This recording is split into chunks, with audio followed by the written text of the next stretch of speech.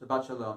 This week's Torah portion is called Parshas Devarim, the first parsha of the last book of the Torah.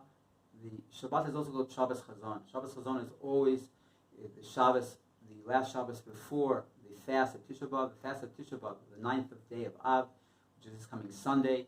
The fast begins at sundown and goes until 3 stars on Sunday evening. On the 9th day of Av, we commemorate, we relive, in fact, the destruction of both of the temples and many other tragic things that happened. Chazon is the first word of the Haftorah, where the prophet Yeshaya is chastising the Jewish people for their sins, for their not following the laws of the Torah, and because of that, prophesizing that the temple will be destroyed and the Jewish people will be exiled and the land will be left desolate. Hasidim understand it in a completely different way. It's not just about sadness. Rabbi Yitzchak Berditchev, the defender of the Jewish people, he tells a story about a father who gave a child a suit of clothes, and the child loved it so much he wouldn't take it off, and he ripped it, and his father was disappointed and gave the child another set of clothes. All right, and the child again loved them so much, and he wore them, and he ripped it again. So the father made a third set of clothes, and he hung it up on the wall, and he said, when you learn how to behave properly, I'm going to give you the third set. And the child would at certain times look at the clothing, and he would yearn to be able to have this suit of clothes.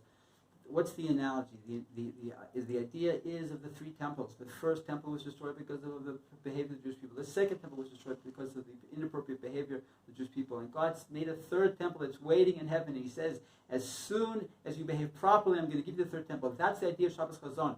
Each Jewish person, Rabbi Yitzchak said, has a vision of the third temple. He feels it. Even though his eyes can see it, he has a visceral feeling, an emotional feeling. He's yearning for the third temple, for Mashiach to come and to redeem the Jewish people. I'm going to ask you a question. Why should I want Mashiach to come? Mashiach is going to be a very big tzaddik. He's going to see everybody, know exactly where we're holding, know exactly what good things we did and what bad things we did. I might be embarrassed that Mashiach could come. Right? Why should he know all my truth? At worst, let him not come. At best, let him wait a little while so I can perfect my behavior. I should be properly prepared for his arrival.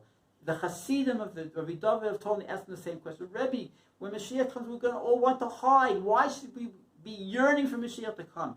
And Rabbi David said, listen to me, believe me. When Mashiach comes, it's going to be such a hizdakkus, such a purification, such an elevation of the world, right? That even simple people that are so far away from Hashem, each of them is not going to be embarrassed. Each of them is going to want to be there and to be close to Mashiach. Why is that? Because when Mashiach comes, we're going to understand that all of our travail, all of our challenges, all the things that were so difficult, each of them really was a success. Each of them really was another building block in bringing Mashiach. Sometimes you had to destroy to build.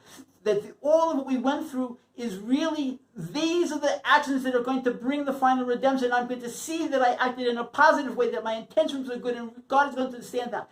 Okay, what do we have to do now? Each Jewish person has to literally think, I have to see the third temple, I have to yearn for Mashiach, I have to protect, correct my behavior, and that way we're going to bring the redemption now. Shabbat Shalom.